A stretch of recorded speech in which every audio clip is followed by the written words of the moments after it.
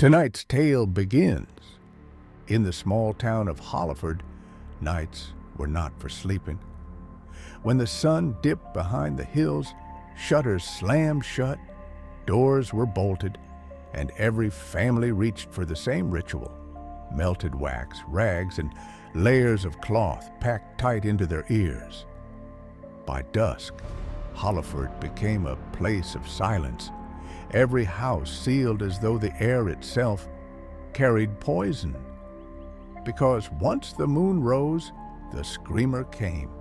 It began as a tremor in the distance, then rose to a pitch that clawed its way into bone and blood. The sound was no ordinary cry. It was a jagged, unearthly shriek that shattered thought. Anyone who heard it would break. Their eyes went blank. Their hands turned violent, and they struck out at whoever was near, tearing at neighbors, lovers, even children. By morning, the streets bore scars of blood and ruin, and survivors staggered about, horrified at what they had done. The only protection was to smother the sound, to live every night deaf by force. But Eli, a boy of 12, was tired of it. Tired of nights spent sweating under layers of wool, tired of living in fear of a voice no one dared to understand. Most of all, he was curious. Why did the screamer come only to Holifford? What was it that howled in the night? One evening, while his mother prepared the wax and cloth, Eli hid a pair of brass hearing trumpets inside his coat. They had belonged to his grandmother, who had been half deaf. He told his mother good night, pretended to seal his ears, and slipped beneath his blanket. When the town fell into its false, terrified sleep, he waited. Near midnight, while the world outside lay heavy with silence, Eli pushed open the window and slid out into the street. The night air was sharp and still, and the emptiness pressed against him. The town, which by day bustled with clatter and chatter, now looked hollow, every shuttered house a tomb. Eli felt small, the only one awake by choice. Then it came. The first streak of sound ripped through the air, so sharp it seemed to split the stars. Eli clamped the trumpets over his ears, but backwards, the wide end sealing against his head. The sound filtered, twisted. It no longer burned his mind raw, though it still shuddered through his chest and threatened to unhinge him. He held fast and listened, and in that noise he caught words. Not just a scream, language, a plea stretched thin, warped but unmistakable. "Free me! Break the chain!"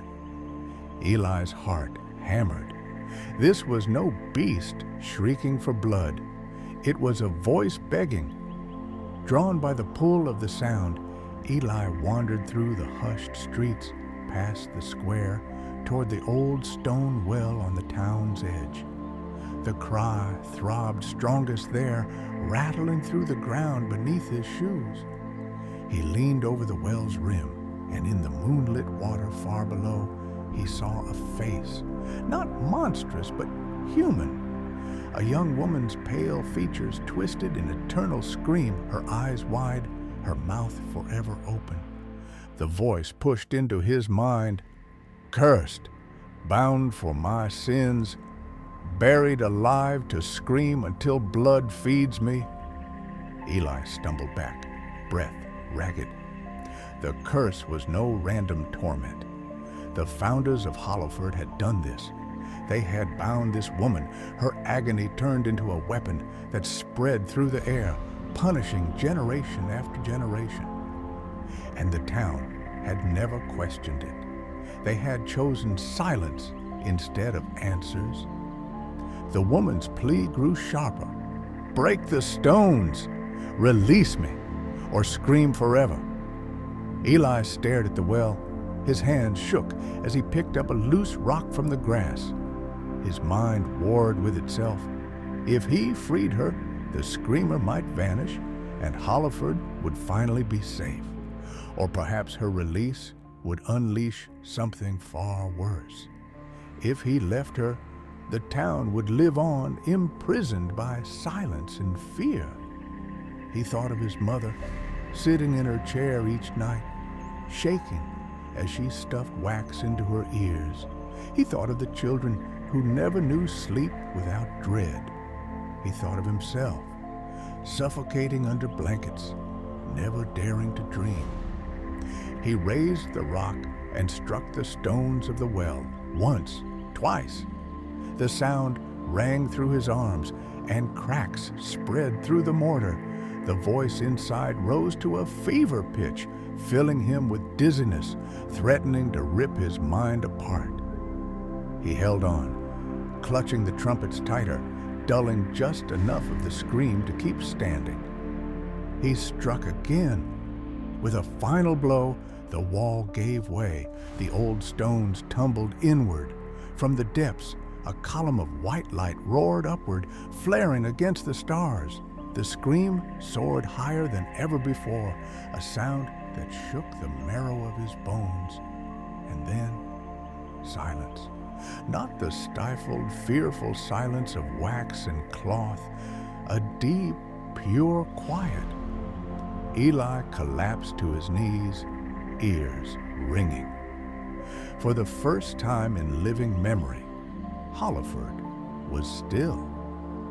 When dawn broke, the townsfolk crept from their houses, blinking into the morning. They expected carnage, bodies, blood.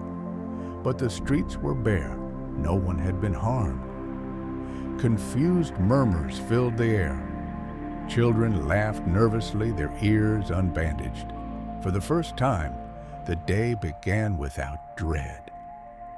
Eli stumbled home, mud on his boots, face pale. His mother clutched him in relief, demanding to know where he'd been. He couldn't answer. He only listened to the quiet, a quiet that felt heavier than sound. That night, Holifford slept without wax or cloth. Parents tucked their children into bed without trembling. For the first time, peace seemed possible. But Eli lay awake, staring at the moon. The town was silent, yes, but not empty. In the stillness, in the quiet corners of his mind, he thought he heard something else. A whisper, soft, deliberate. Thank you, until next time. And Eli, unable to close his eyes, realized that silence had not ended their nightmare. It had only changed its shape. If you survived this story, leave a like, so I know you're still here. Subscribe and share this so others know what waits in the dark.